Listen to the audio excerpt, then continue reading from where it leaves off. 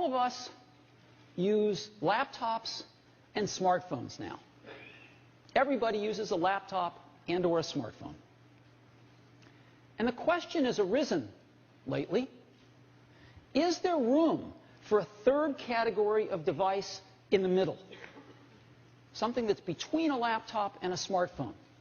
And of course, we've pondered this question for years as well. The bar's pretty high. In order to really create a new category of devices, those devices are going to have to be far better at doing some key tasks. They're going to have to be far better at doing some really important things. Better than the laptop, better than the smartphone. What kind of tasks? Well, things like browsing the web. That's a pretty tall order. Something that's better at browsing the web than a laptop? Okay. Doing email.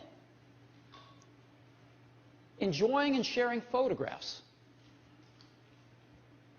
Video. Watching videos. Enjoying your music collection. Playing games. Reading ebooks. If there's going to be a third category of device, it's going to have to be better at these kinds of tasks than a laptop or a smartphone. Otherwise, it has no reason for being. Now, some people have thought that that's a netbook. The problem is, netbooks aren't better at anything. They're slow, they have low-quality displays, and they run clunky old PC software. So they're not better than a laptop at anything, they're just cheaper. They're just cheap laptops. And we don't think that they're a third category device. But we think we've got something that is. And we'd like to show it to you today for the first time. And we call it the iPad. So,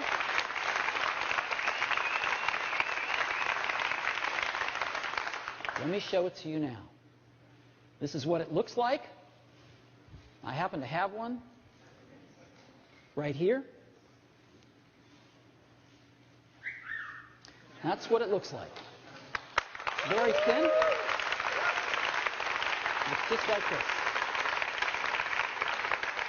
So, just give you a little overview. It's very thin. And you can change the background screen, the home screen, to personalize it any way you want. People put their own photos on it, I'm sure, but we ship a few, and you can make it anything you want. And what this device does is extraordinary. You can browse the web with it. It is the best browsing experience you've ever had. It's phenomenal to see a whole web page right in front of you, and you can manipulate with your fingers. It's unbelievably great. Way better than a laptop. Way better than a smartphone. And you can turn iPad any way you want. Up, down, sideways. It automatically adjusts however you want to use it. And again, to see the whole web page is phenomenal. Right there, holding the internet in your hands. It's an incredible experience. Phenomenal for mail.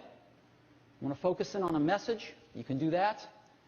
See your inbox. Again, just turn iPad sideways. Get a different view on your mail. Push the compose window. A keyboard pops up that's almost life-size. It's a dream to type on. For photos, your albums are shown as stacks of photos. Your albums are events. You can unfold them. Look at all your photos, flick through them. Got some great slideshows built in. It's a wonderful way to share your photos with friends and family. Built in a calendar. You can see your month's activities or your day's activities and everything in between. Built in a great address book for your contacts. Have a great Maps application which works with Google's back end. Show you maps, satellite views, zoom in on things. iPad is an awesome way to enjoy your music collection. And, of course, We have the iTunes Store,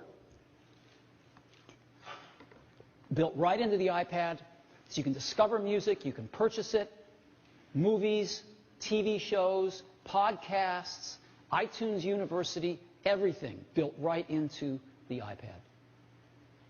YouTube, you can watch YouTube on it, including YouTube in high def now. They've got a lot of high def video. And of course, it's awesome to watch TV shows and movies on. So that gives you a little overview of what the iPad can do. But it's nothing like seeing it. So I'd love to show it to you now. Let's take a look at it.